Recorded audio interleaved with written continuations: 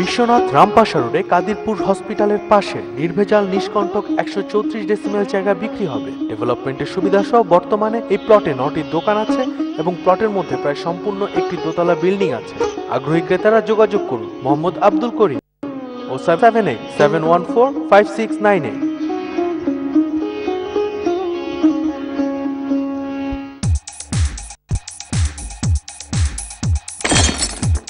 France সরকার কর্তৃক বাংলাদেশিদের রাজনৈতিক আশ্রয় বন্ধ ঘোষণার প্রতিবাদে এবং আশ্রয় পুনর্বহাল রাখার দাবিতে গণসমাবেশ, রোড মার্চ ও প্রতিবাদ সভা অনুষ্ঠিত হবে। উক্ত প্রতিবাদ সমাবেশে দলমত নির্বিশেষে ফ্রান্সে বসবাসরত সকল বাংলাদেশিদের উপস্থিত থাকার জন্য আহ্বান করা যাচ্ছে। তারিখ ও সময় 29 ফেব্রুয়ারি বুধবার সকাল 11টা। গণজমায়েতের স্থান গার মুনপার্নাস। অনুষ্ঠানে মুনপার্নাস থেকে পদযাত্রা শুরু করে প্রতিবাদ সভা অনুষ্ঠিত হবে অ্যাসেম্বলি ন্যাশনাল চত্বরে।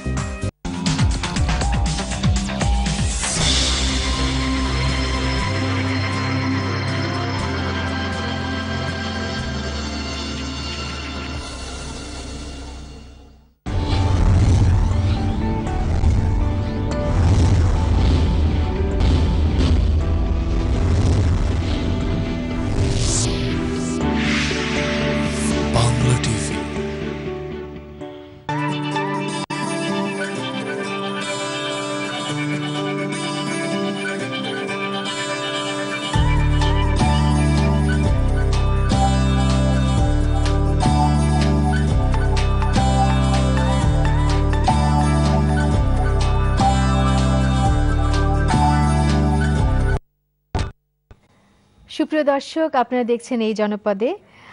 আপনাদের সবাইকে আমন্ত্রণ জানাচ্ছি আমাদের আজকের অনুষ্ঠানে।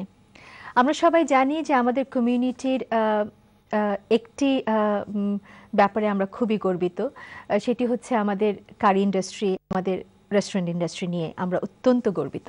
এবং এই ইন্ডাস্ট্রিটি বিলেতের অর্থনীতিতে একটি বিশাল ভূমিকা পালন করে আসছে, এর অবদান অনস্বীকার্য।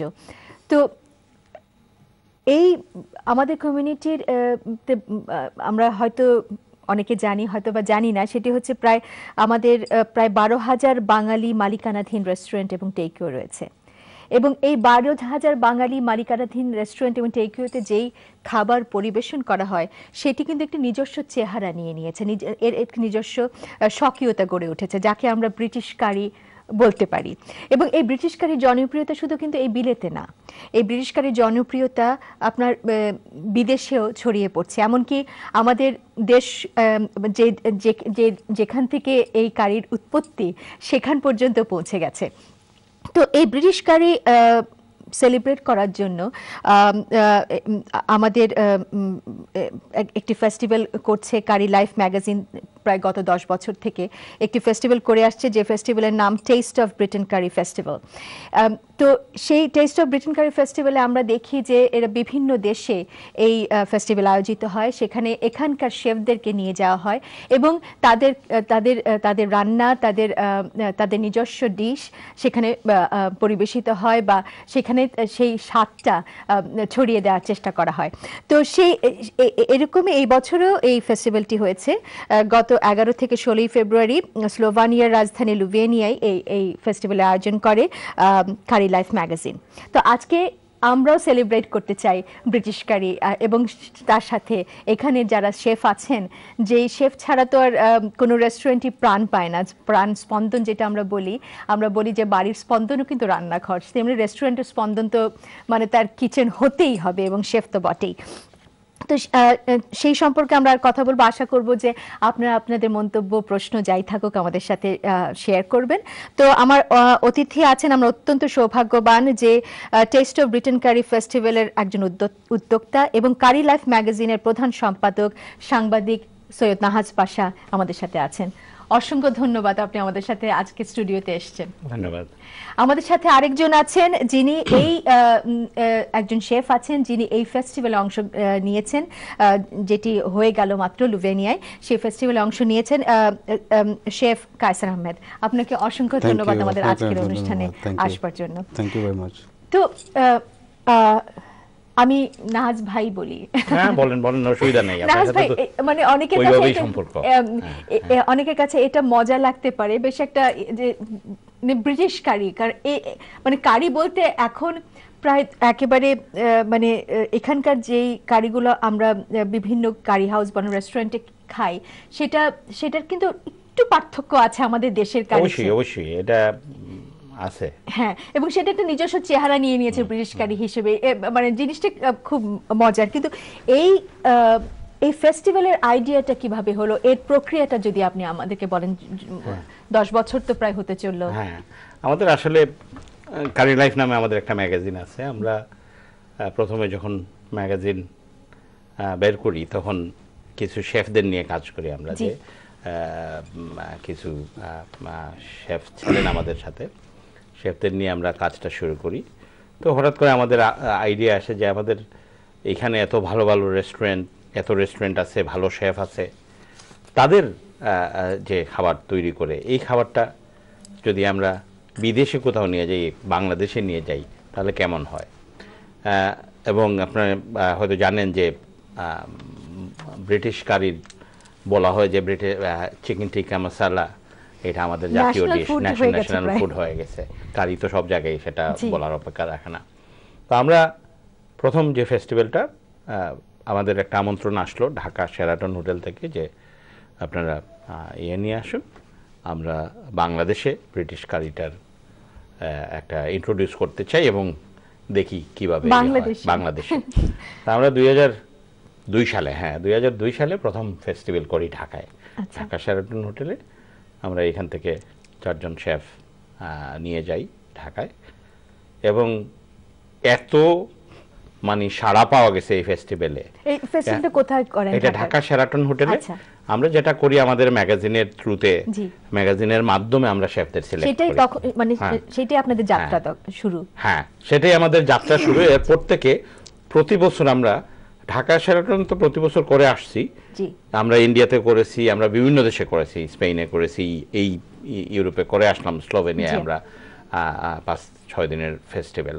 এবং এই খাবার যেটা এরা এখানে যে খাবার তৈরি করে আমাদের শেফরা, এই আমার তো বাইরে গেলে কোথাও ইন্ডিয়াতে যাই, বাংলাদেশে যাই, আমি ফিরে আসি আমার এইখানকার খাবার, যে আমাদের এইখানে রেস্টুরেন্টের শেফরা যে খাবার, হোয়াট এভার ইট ইজ, এটা সিম্পল ডিশও যদি হয়, এটার আলাদা একটা বৈশিষ্ট্য, আলাদা একটা টেস্ট, আলাদা মজা আছে এটা।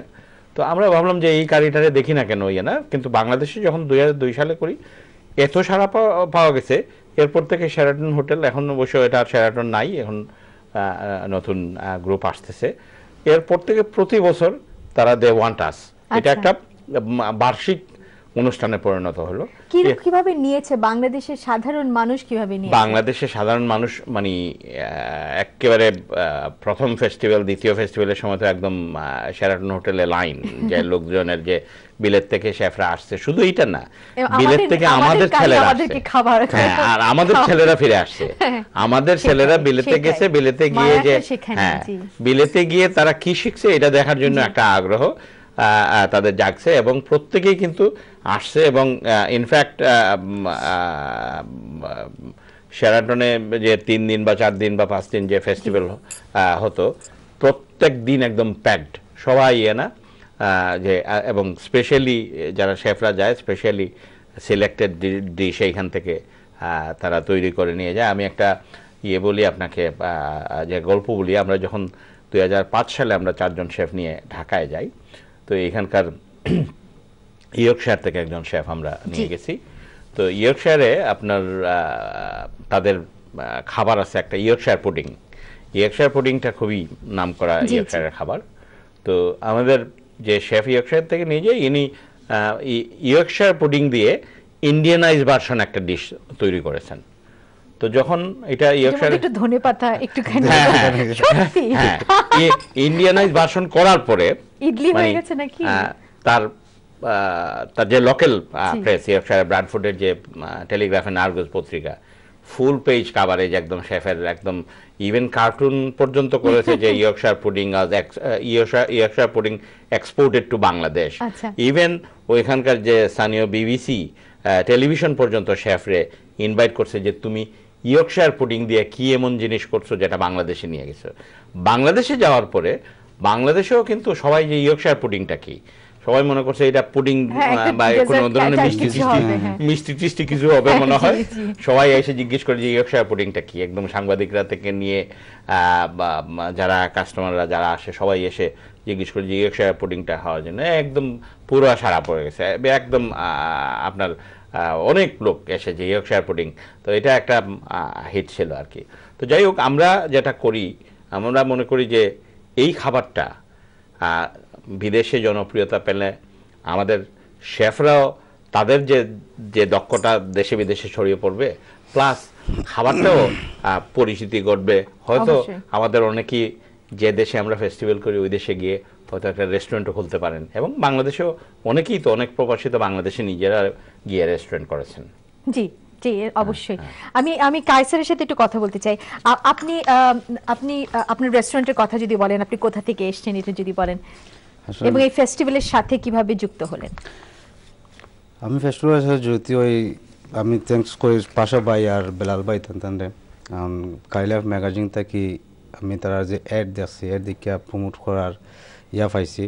ফারবাদে আমি তান্তানের কাছে আমার মেনু সাবমিট করি অথবা আমার রেসিপি তার কাছে দেই। আচ্ছা আচ্ছা, আপনি কোন রেস্টুরেন্টে? আমি আমার রেস্টুরেন্ট নিয়ার টু ক্রু, মেডলি ফোর্সে রেস্টুরেন্ট নাম। তো আপনার রেস্টুরেন্টটা মেডলি স্পাইস? যে মেডলি স্পাইস নিউ নয়া 3 মাস হয়েছে আমার তালুগুরো ভাই আমার 3 জন করে রেস্টুরেন্ট হয়েছে। আচ্ছা, তো আমি বাকার তেমন এই নাজ ভাই অথবা এই ভাই বেলাল ভাই তাদের সাথে কন্টাক্ট হয়, হওয়ার পর এই আপনি অ্যাড দেখে পত্রিকায় ম্যাগাজিনে অ্যাড দেখে আমি ওদেরকে আমার রেসিপিটা ওই প্রমোট করি, যে করার পর ওরা আমাকে সিলেক্ট করে যে ঠিক আছে আমরা একদিন আসবো তোমার এই জায়গায়, আসিয়া তোমার এই ফ্রুট দেখবো, তোমার রেস্টুরেন্ট দেখবো, তোমার হাইজেনিক ইয়ার দেখবো, সবগুলা দেখবো। দেখার পর যদি আমরা এই মনে করি আমরা যে টিম আছে ওইটা আমরা মনে করি যে আপনি ওইটা করতে পারবেন, তাহলে আপনারা আমরা প্রমোট করবো। আচ্ছা, ঠিক আছে আপনারা আসেন, অসুবিধা না। তাহলে নাজ ভাই, পাশা ভাই, এই নাজ ভাই, এই বেলাল ভাই আর শামসুল ভাই ওরা যায় আমার রেস্টুরেন্টে। যাওয়ার পর ওরা ওই সময় আমার যা আছে দক্ষতা আছে আমি সবগুলা ডালিয়ে দিই। সত্যি কথা, আপনি কি রান্না করেছিলেন?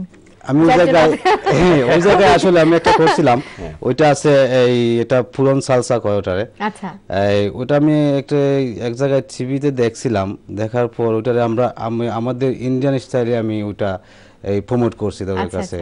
আর ওটা আছে এই আমার পপুলার ডিশ, এইটা কিন্তু আবার সলিবুনিয়াতে খুব বেশি চলছে, এই ময়নামতি ময়নামতি সুইট ডিশ বা খুব পপুলার এই ইয়াতে চলছে এই সলিবুনিয়াতে এইবার ফেস্টিভ্যালে খুব। আচ্ছা, যেটা বলতে চাইছিলাম যে ওরা গেছে, যাওয়ার পর ওরা দেখছে আমার প্রেজেন্টেশন সবগুলা দেখছে, দেখার পর ওরা যে বললো ঠিক আছে আমরা তোমার ইনভাইট করবো। কাছাড়ের মধ্যে একটা ক্রিয়েটিভিটি আছে, সে আবার ওই টেলিভিশনে বিভিন্ন ধরনের কুকারি অনুষ্ঠান দেখে ওইটা ফলো করে ওইটারে আবার আমাদের বাংলাদেশি বা ইন্ডিয়ানাইজ করে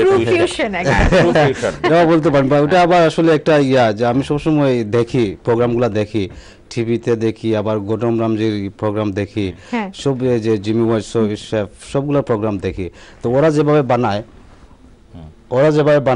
বানানোর পর এই আমি ওইটারে করি আর কি, নিজের স্টাইলে ওইটারে আমি প্রমোট করতে চাই, ওইটা করি আর কি। তারপর ওরা আমাদের একজন এই নাজ ভাই, এই বেলাল ভাই আমাকে ফোন করলো, বললো যে কায়সার তুমি যদি আসো আমাদের সাথে তাইলে আমরা করতে পারি। এইরকম সিলেক্ট করছি, আরও এক জায়গা থেকে গেছি আমরা, ওই জায়গা থেকে একজন নিব, আর সবের একটা দেখে তারপর আমরা এই করব। কেমন লাগলো যখন আপনি জানলেন যে আপনি সিলেক্টেড হয়েছেন? কেমন লাগবে, এটা তো আসলে সত্যি এটা আমার একটা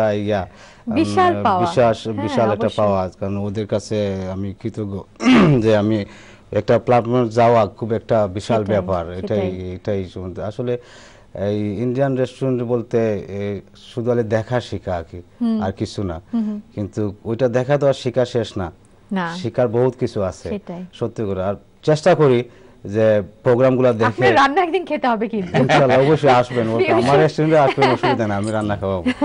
সত্যি আমি কিন্তু যেটা করি আসলে সত্যি ওইটা আমার থেকে করি, মন থেকে করি, যে আমি একটা জিনিস করব, ওটা যে আমার কাছে ভালো না লাগে ওটা আমি করি না। একটা কথা আছে যে রাঁধুনির হাতের একটা গুণ থাকে, সেটা গুণ থাকে। সেটা কি ঠিক? আসলে সেটাই সেটাই একদম। ঠিক আসলে।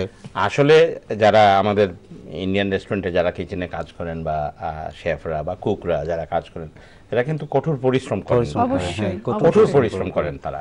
এবং অনেকেই কিন্তু আবার ওই তারা নিজ মনে কাজ করে যাচ্ছেন, কথা বলতে পারেন না বা হয়তো ওইভাবে নিজেদের Front line এ আসেন না। প্রেজেন্ট করতে পারেন পারেন না, না, জি, কিন্তু জি। তাদের খাবার মানে you can not beat them, মানে তাদের খাবার কিছু কিছু শেফ তো আছে তাদের খাবার, এই জিনিসটাই এই প্রতিভাগুলোই আমরা ডিসকভার করার চেষ্টা করি।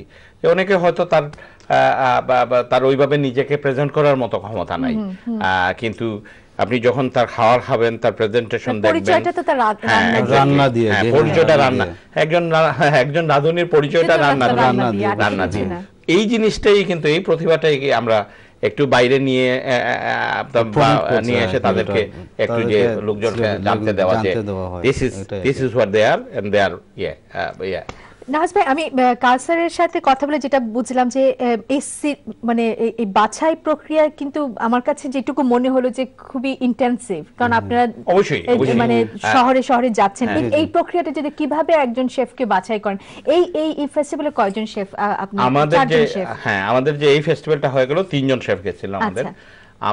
আমরা যেটা করি, আমাদের অবভিয়াসলি এখন তো 10 বছরের পুরানো ফেস্টিভ্যাল হয়ে গেছে, ইটস এ বিগ নেটওয়ার্ক। গত 10 বছরে আমরা অ্যাটলিস্ট 50 শেফ আমরা সেলিব্রেট করেছি এবং 50 শেফকে আমরা দেশে বিদেশে নিয়ে গেছি। যেটা করি আমাদের অবভিয়াসলি পাবলিসিটিটা অটোমেটিক্যালি হয়ে যায়, বিভিন্ন পত্র পত্রিকায় এসেছে, আমাদের যে ম্যাগাজিনের থ্রুতে ম্যাগাজিনে আমাদের আর্টিকেল যায় বা ইয়া যায়, এমনি প্রতি সময়ে কিন্তু আমাদের অফিসে অ্যাপ্লিকেশন আসে, চিঠি আসে যে ভাই আমার অমুকখানে একটা রেস্টুরেন্ট আছে, অথবা আমি অমুক রেস্টুরেন্টে কাজ করি, আমি চাই আপনাদের ফেস্টিভ্যালে যেতে। অনেকে ফোনও করেন যে আপনাদের ফেস্টিভ্যালে যেতে। ঠিক আছে, আমরা তাদের নাম ঠিকানা বা তাদের যারা লিখিত আবেদন করেন তাদেরগুলো ফাইলে রাখি অনেক সময়, বা নতুন যারা করেন সবাই মিলে। যখন আমরা প্রতি বছর 2-3টা ফেস্টিভ্যাল করি, এবং যখনই ফেস্টিভ্যাল, এটা একটা অনগোয়িং প্রসেস আছে। আমাদের নেক্সট যে ফেস্টিভ্যাল আমাদের হবে জার্মানিতে, এবং অলরেডি আমরা জার্মানিতে কথাবার্তা বলতেছি একটা হোটেলের সাথে যে দে আর ইন্টারেস্টেড যে ব্রিটিশ কারিটা নিয়ে যাওয়ার জন্য। তো যেটা হয়, আমরা তাদের সবাইরে প্রোফাইল দেখে কথা বলি তাদের সাথে, অনেকে ভিজিট করি।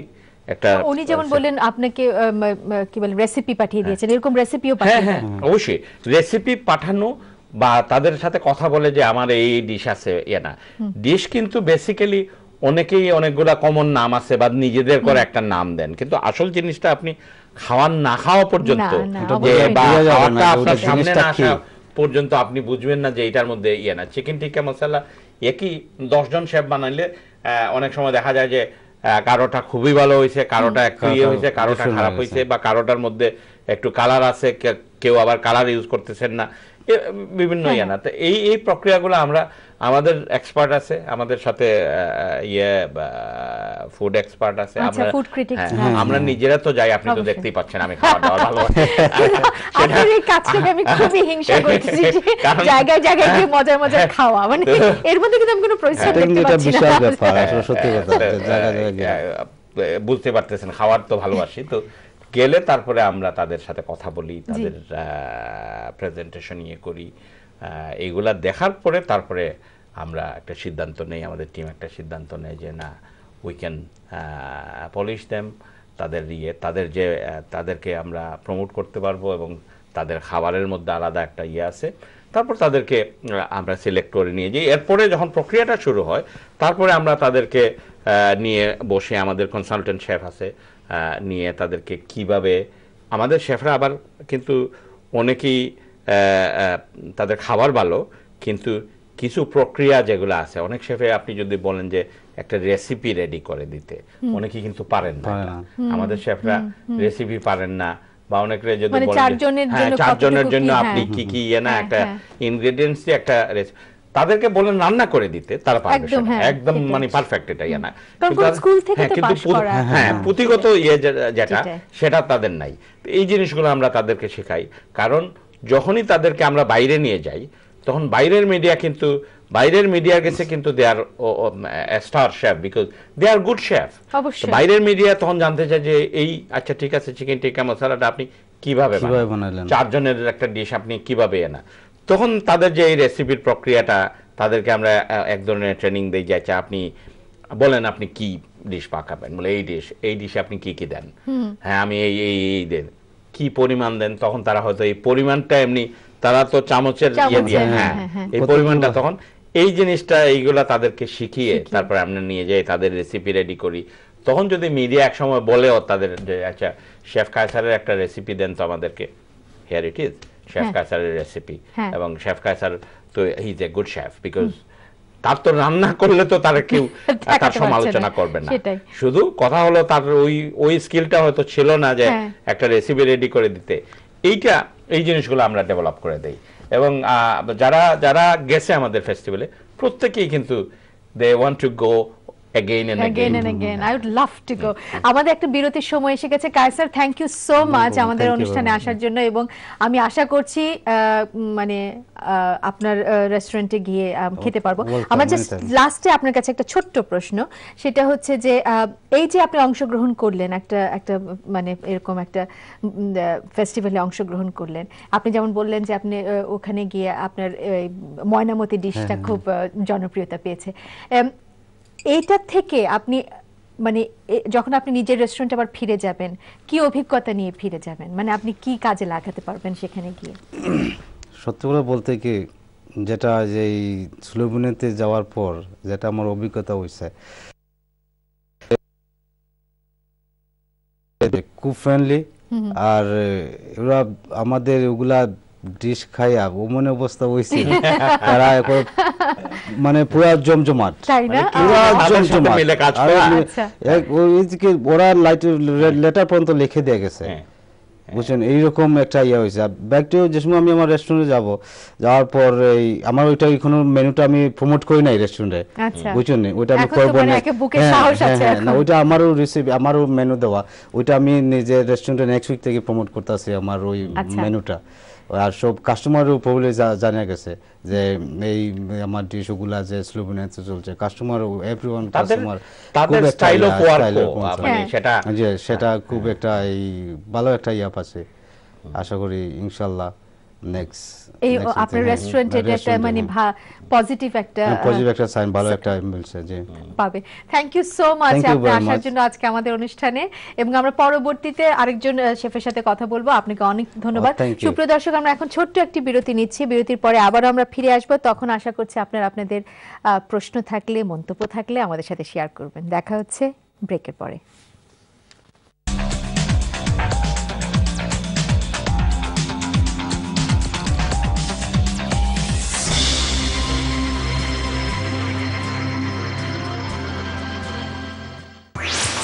চব্বিশ ঘন্টার মধ্যে জেএমজিআর কার্গো ইউকের যে কোনো স্থান থেকে আপনার মালামাল সংগ্রহ করে বাংলাদেশ বিমানে সপ্তাহে 5টি ফ্লাইটের মাধ্যমে মাত্র 3 দিনে পৌঁছে দেবে বাংলাদেশে।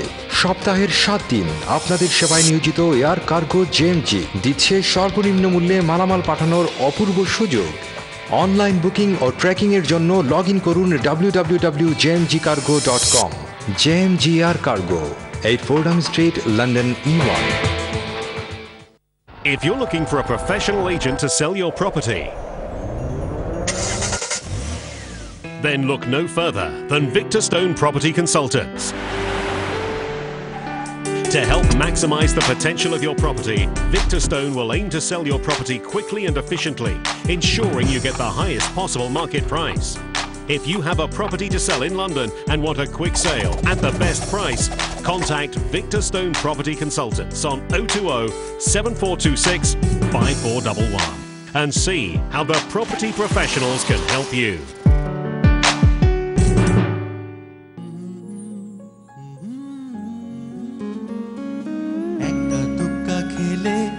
হুকুমনি বড় হবে, চতুর দোলায়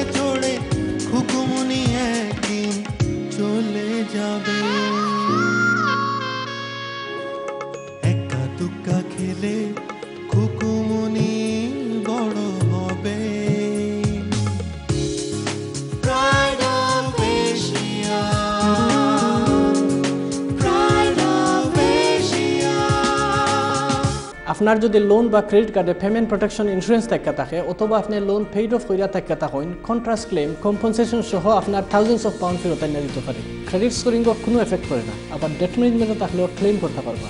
কন্ট্রাস্ট ক্লেম। ওনাকে তাড়াতাড়ি হাসপাতালে নিয়ে যেতে হবে।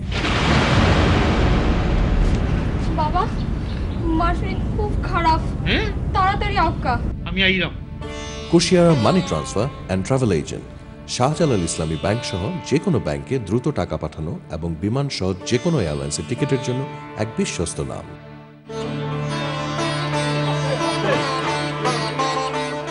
ঠিক হইতো, সময় মতো না হইতো, আল্লাহ জানে কি হইতো। কুশিয়ারা, বিপদে আপদে আপনার পাশে। 313-319 Commercial Road, London E1 2PS. Phone 02779012334.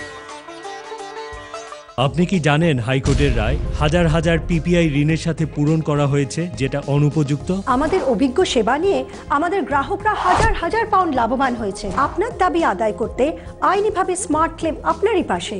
Nation wide সাহায্য পেতে আজই যোগাযোগ করুন। We stand out for hygiene, exclusive, neat, nourishing, authentic.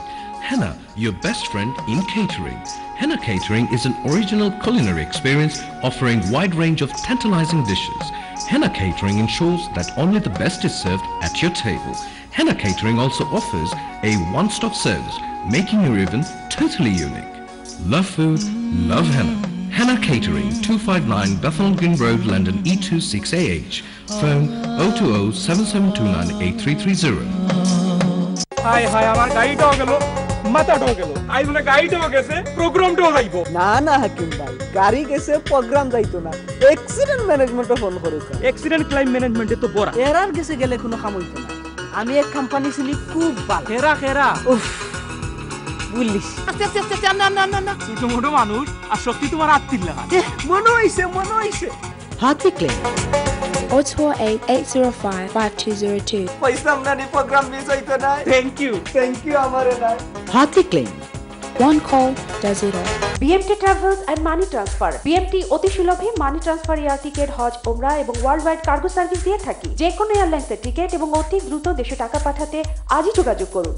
BMT Travels, phone 0207-702-8810. Hello, meu fupa. Hello, my darling. Olá, meu querido. Hello, Sanku. Hello, mein Schatz. Hallo, ma chérie. Marhaba, Azizi. Ni hao, zai প্রিয়তমা, কেমন আছো? এই গ্রহের যেখানেই প্রিয়জন সেখানেই প্রিয় mobile. ভাষা দিবসের এই মাসে বাংলাদেশে কথা বলুন সম্পূর্ণ ফ্রি। প্রিয় মোবাইল, প্রিয় আছে তাই দেশ কাছে।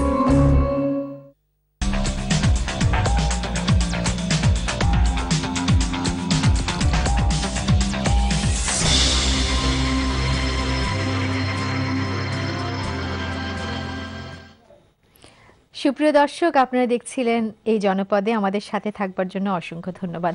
আমাদের আজকের আলোচনার বিষয় বিদেশে ব্রিটিশ কারির জনপ্রিয়তা। কারি এখন মাত্র শুধু আমাদের সম্পত্তি হিসেবেই দেখা যাবে না, কারণ এখন এটি নিজস্ব স্বকীয়তা পেয়ে একটি নতুন আইডেন্টিটি নিয়েছে, যেটি ব্রিটিশ কারি। আমরা অসম্ভবভাবে গর্বিত এই ইন্ডাস্ট্রি নিয়ে। আমাদের কমিউনিটির অনেকে এই ইন্ডাস্ট্রির সাথে জড়িত। প্রায় বলবো যে প্রায় 90% আমাদের কমিউনিটির মানুষ কোনো না কোনোভাবে প্রত্যক্ষ বা পরোক্ষভাবে এই ইন্ডাস্ট্রির সাথে জড়িত, এবং এই ইন্ডাস্ট্রি আমাদের একেবারে নারী নক্ষত্রের সাথে মিশে গেছে। সুতরাং এই ইন্ডাস্ট্রির প্রতিটি সাফল্য আমাদের নিজেদের সাফল্য। তো এই ব্রিটিশ কারি জনপ্রিয়তা, বিদেশের জনপ্রিয়তা কে লক্ষ্য করে যেই ম্যাগাজিন আছে কারি লাইফ ম্যাগাজিন, গত 10 বছর ধরে টেস্ট অফ ব্রিটেন কারি ফেস্টিভ্যালের আয়োজন করে আসছেন, এবং সেই আয়োজনের একজন উদ্যোক্তা এবং কারি লাইফ ম্যাগাজিনের প্রধান সম্পাদক সাংবাদিক সৈয়দ নাহাস পাশা আমাদের সাথে আছেন, এবং আমাদের সাথে এই পর্বে যুক্ত হয়েছেন আরেকজন শেফ, ওনার নাম কাউসার মিয়া। আপনাকে অসংখ্য ধন্যবাদ আমাদের আজকের অনুষ্ঠানে আসবার জন্য। তো প্রথমেই যে সূত্র ধরে আগে ছিলাম আর কি, বিরতিতে গেলাম, সেটা হচ্ছে যে আপনি বলছিলেন যে মানে এটা তো প্রতি বছর হচ্ছে, এবং এই যে এই বছর যেখানে হলো সেখানে মানে এই ফেস্টিভ্যালে কারা আসেন এবং কিভাবে যুক্ত হন, এবং আসলে যেটা আমরা মানে বিভিন্ন জায়গা থেকে আমাদের কাছে অ্যাপ্রোচটা আসে, যেমন স্লোভেনিয়া যে ফেস্টিভ্যালটা আমরা করলাম এই বছর, যেটা এই বছর যে এই এক সপ্তাহ আগে যেটা আমরা এইমাত্র আসছি স্লোভেনিয়াতে, খুবই